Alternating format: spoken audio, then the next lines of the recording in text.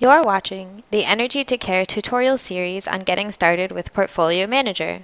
This is step 3 of 5, entering property information. We're assuming you've already created a Portfolio Manager account and you've entered your property. When you log in, you'll find any properties you've entered here on the My Portfolio tab. To open a property, simply click on the property name. Now you're on the Properties page. Click the Details tab. You'll see this table, and on the right there's a drop-down menu.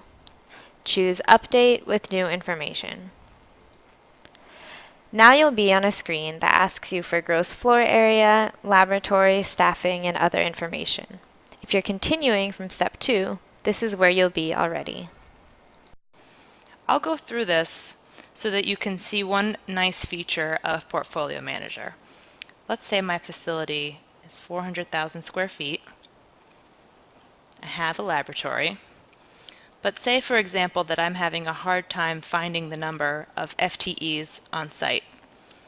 You can check this box, and Portfolio Manager will give you an average based on what you entered above. It's always better to enter the exact number if you have it, but if you don't, go ahead and use this so that you can move forwards in the data entry process. You can use this default feature for most of these fields if you don't happen to have the information on hand.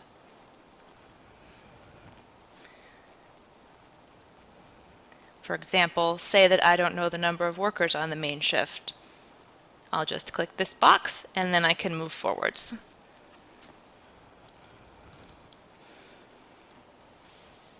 In my case, I'm going to say that 80% of my property can be cooled because I was including a parking area earlier, and similarly 80% can be heated.